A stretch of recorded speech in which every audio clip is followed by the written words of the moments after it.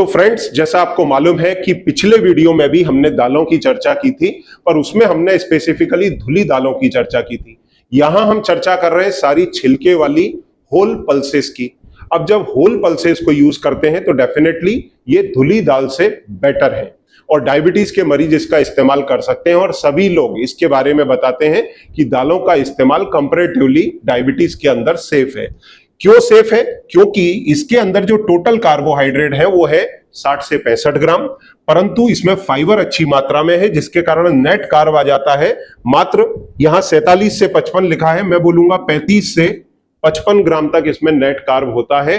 तो ये जो होल पल्सेस हैं ये डायबिटीज के मरीज के लिए कंपैरेटिवली सेफर ऑप्शन है इन कंपैरिजन टू ग्रेन्स, जैसे गेहूं या चावल। इनके कंपैरिजन में देखा जाए तो ये काफी सेफ है और इसको डिफरेंट तरीके से इस्तेमाल भी किया जाता है। इसका जीआई भी कम है और जीएल भी कम है और प्रोटीन बहुत अच्छी मात्रा में है। वेजिटेरियन लोगों के लिए दालों का कंजम्पशन काफी अच्छा है क्योंकि इससे आपकी डेली की प्रोटीन की रिक्वायरमेंट पूरी होती है। अब जो दालों के अंदर स्टार्च है जो 35 से लेकर के 50 ग्राम तक है, वो भी दो तरह का है, जो हमने चर्चा पिछले वीडियो में भी की थी। वो क्या थी? एक तो इसके अंदर जो स्टार्च है उसका कंपोनेंट है एमाइलोज। एमाइलोज में करीब इसमें दालों के अंदर 30 से 40% तक होता है, जिसको बोलते हैं रेजिस्टेंट स्टार्च। ये इजीली गट में डाइजेस्ट नहीं होता। दूसरा, जो इसमें अमाइलोपेक्टिन है जो डाइजेस्टेबल स्टार्च है, उसका भी ए, बी और सी फ्रैक्शन है जो काफी टफ है, जिसे वापस बोलते हैं रेजिस्टेंट स्टार्च। तो इसके कारण क्या होता है? दालों के सेवन से आपकी ब्लड ग्लूकोज उतनी फास्ट नहीं बढ़ती।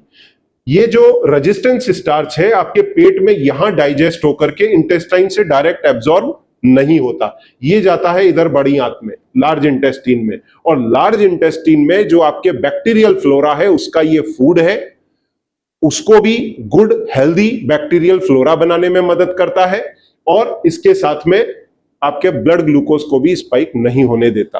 तो ये कारण है आपको दालों का सेवन इसलिए सेफ है। अब हम एक एक करके जो मेन इंपॉर्टेंट दालें हैं उसके बारे में देखेंगे और किस प्रकार से आपको वो बेनिफिट कर सकती हैं। देखिए, सबसे पहले है राजमा। राजमा के अंदर भले टोटल कार्ब 60 ग्राम है, पर इसके अंदर फाइबर की मात्रा बहुत अच्छी है, 25 ग्राम, और ऐसे में इसमें नेट कार्ब रह जाता है मात्र 35। इसका जीआई भी कम है, ग्लाइसेमिक लोड भी कम है, पर हम गलती क्या करते हैं? Wrong selection. रॉन्ग सिलेक्शन क्या? दालों के साथ में चावल, दाल के साथ में रोटी। दरअसल ये कॉम्बिनेशंस क्यों बनाए हुए हैं? ये इसलिए बनाए हुए हैं क्योंकि दालों के अंदर जो 9 इसेंशियल अमाइनो एसिड होते हैं वो 9 के 9 हैं, पर कुछ इसेंशियल अमाइनो एसिड बहुत कम है। तो जब इनको दाल के साथ या चावल के साथ लिया जाता है तो ये दोनों एक दूसरे को कॉम्प्लीमेंट करते हैं, पर इस कॉम्प्लीमेंट के चक्कर में होता क्या है? आपकी ब्लड शुगर बढ़ जाती है, क्योंकि जब आप गेहूं की रोटी लेंगे या ज्वार बाजरा लेंगे या फिर चावल लेंगे बड़ी मात्रा में राजमा के साथ में, क्योंकि राजमा और साथ में चावल इसका तो कॉम्बिनेशन है, तो आपकी ब्लड ग्लूकोज को स्पाइक करेगा। तो ऐसे में आपको थोड़ा सा कॉशियस होना पड़ेगा जिससे आपकी ब्लड ग्लूकोज स्पाइक ना हो। फिर जो इंपॉर्टेंट दाल है जो काफी यूज की जाती है, क्योंकि दालें हमारे प्रोटीन की सबसे बड़ी रिक्वायरमेंट को पूरा करती है, क्योंकि इंडिया में वेजिटेरियंस का नंबर बहुत बड़ा है। तो वेज लोगों के लिए बेस्ट सोर्स क्या है प्रोटीन का? दाल। तो दूसरी इंपॉर्टेंट दाल है मूंग दाल। मूंग दाल के अंदर भी कार्ब काफी अधिक है, परंतु इसमें फाइबर भी अच्छा है, तो नेट कार्ब इसमें आता है करीब 47। तो इसको भी स्प्राउट्स के रूप में सोक करके इस प्रकार से इसका इस्तेमाल किया जाता है। इसका भी जीआई जीएल कम है, इसको भी यूज कर सकते हैं, पर सेफली, जिस प्रकार के तरीके में आप लोगों को बताता हूं, पर बहुत बड़ी क्वांटिटी में तब भी यूज करने से बचें, या फिर स्प्राउट्स के माध्यम से यूज किया जा सकता है। अब आता है चना। चने को डिफरेंट तरीके से हमारे यहाँ यूज किया जाता है। जैसे चने को सोक कर देते हैं, सुबह में बॉईल करके खाते हैं, चना भुना हुआ खाते हैं, चने का छिलका निकाल के चने की दाल खाते हैं, इसका बेसन खाते हैं। तो बेसन में करीब 50% स्टार्च होता है और यहां का नेट स्टार्च है 43, क्योंकि ये छिलके के साथ है, और इसका जीआई जीएल भी कम है, तो ये इसको सेफ बनाता है। तो चने का कंजम्पशन भी किया जा सकता है और इसमें प्रोटीन की मात्रा भी अच्छी है, लगभग 20 ग्राम, तो ये इसको सेफ बनाता है। फिर इसके बाद में नेक्स्ट जो दाल आती है वो है उड़द दाल। उड़द दाल के अंदर थोड़े से आप कॉशियस रहना, क्योंकि उड़द दाल में कार्ब थोड़े कम दिखते हैं, 59 ग्राम कार्ब है और मात्र 18 ग्राम, मात्र तो नहीं, काफी अच्छा इसको बोलूंगा, 18 ग्राम इसमें फाइबर है। तो मात्र 41 ग्राम इसके अंदर, 41, मूंग दाल से भी कम इसके अंदर स्टार्च है, परंतु इसका जीआई अच्छा खासा है 43, इसलिए इसका जीएल भी बढ़ जाता है। तो इस दाल के इस्तेमाल करते समय थोड़ा ध्यान रहे। अच्छा, जब भी आप छिलके वाली दालें इस्तेमाल करते हैं तो क्या होता है, ब्लोटिंग की समस्या ज्यादा आती है। आपने अक्सर देखा होगा, गैस बनता है, ब्लोटिंग की समस्या आती है, पेट में थोड़ा सा स्ट्रांग पड़ता है छिलके वाला दाल।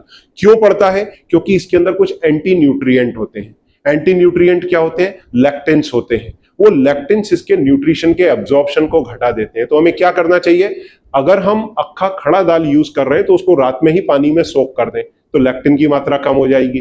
दूसरा, जब हम इसको पकाते हैं तो कुकर में बढ़िया से सीटी देकर के पकाएं तो लैक्टिन्स की मात्रा घट जाएगी। तो जो एंटी न्यूट्रिएंट्स है उनका अमाउंट कम हो जाता है। तो ये ब्लोटिंग की समस्या या फिर प्रॉपर डाइजेशन ना होना, इन सबसे बचा जा सकता है। तो अब तक की हमने जो भी दालें देखी उसमें करीब 35 से लेकर के 50 के बीच में नेट कार्ब था। अब ये दाल की जो मैं चर्चा कर रहा हूं, ये दुनिया की इकलौती ऐसी दाल है जिसकी चर्चा मैंने पिछले वीडियो में भी की थी। ये इंडिया के लिए नई है, इवन मेरे लिए नई है। ये इंपोर्ट हुई है, पॉसिबल है आने वाले कुछ सालों में इसका कल्टीवेशन इंडिया में भी शुरू हो। इसका नाम है लूपे दाल। ये डायबिटीज के मरीजों के लिए एकदम वरदान है। इसमें नेट कार्ब है मात्र 4 ग्राम। उधर राजमा में कितना था? 35, इधर कितना है? 4, ऑलमोस्ट 9 टाइम्स कम। उधर मूंग दाल में कितना था? 45, इधर कितना है? 4, ऑलमोस्ट 10 टाइम्स कम। तो ये आपकी शुगर को स्पाइक ही नहीं करेगी। उधर हम फाइबर कितना देख रहे थे? 15-17, यहां कितना है? 37। उधर हम प्रोटीन कितना देख रहे थे? 20-25, यहां कितना है? 40। जीआई इसका मात्र 12 और जीएल 1 से भी नीचे। तो ये एकदम, इस दाल को अगर आप लेते हैं तो आपकी शुगर नहीं बढ़ेगी। अब जो चावल खाने वाले लोग हैं या फिर जो लोग चपाती खाते हैं, गेहूं की, ज्वार की, बाजरा की, तो वो अगर नॉर्मल दाल को इससे रिप्लेस करते हैं तो उनको क्या बेनिफिट होगा? कुछ क्वांटिटी के अंदर वो नॉर्मल राइस इसके साथ एंजॉय कर सकते हैं और ब्लड शुगर में वो स्पाइक नहीं आएगा, क्योंकि यहां दाल आपने बिना कार्ब वाली ले ली। पर इसके साथ में खाली एक इशू क्या आता है, इसको आपको पकाना अच्छे से पड़ता है, क्योंकि इसमें फाइबर कितना है? 37। तो आप 10 सीटी भी दे देंगे ना इसको, उसके बाद भी नहीं पकेगी। 15 सीटी और रई से मथो इसको, जैसे दही कैसे मथते हैं वैसे मथोगे, तब जाके ये पकेगी। छौंका मारो, बढ़िया टेस्ट के अंदर है, वहां कोई प्रॉब्लम नहीं है।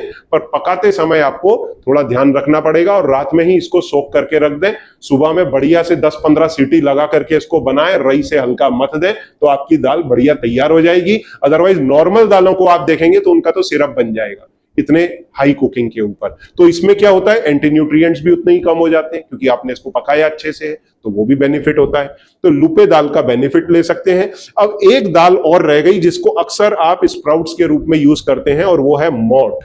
मोठ के अंदर जो नेट कार्ब है वो है 41 ग्राम। प्रोटीन भी इसका अच्छा है, जीआई भी कम है और जीएल भी कम है। तो एज ए होल अगर देखा जाए, दालें डायबिटीज के मरीज के लिए सेफ है, पर मेरा रिकमेंडेशन होगा मॉडरेशन के अंदर। जहां तक लुपिन दाल है, आप किसी भी क्वांटिटी में ले सकते हैं, पर उसके बावजूद भी दालों के साथ में जो आप अपना कॉम्बिनेशन बनाते हैं उसको समझ करके बनाएं। इवन हॉलीडे प्रोग्राम्स ज्वाइन कर सकते हैं। और जो लूपे दाल है उसका लिंक मैं नीचे डालूंगा, अगर आप चाहें तो लॉन्ग लिव लाइफ की साइट से ले भी सकते हैं। तो ये सब प्रिकॉशन लेने के बाद भी अगर आपकी ब्लड ग्लूकोज बढ़ रही है तो सामने दिए नंबर पर संपर्क करें, मेरी और मेरी टीम की मदद लें। Thank you very much.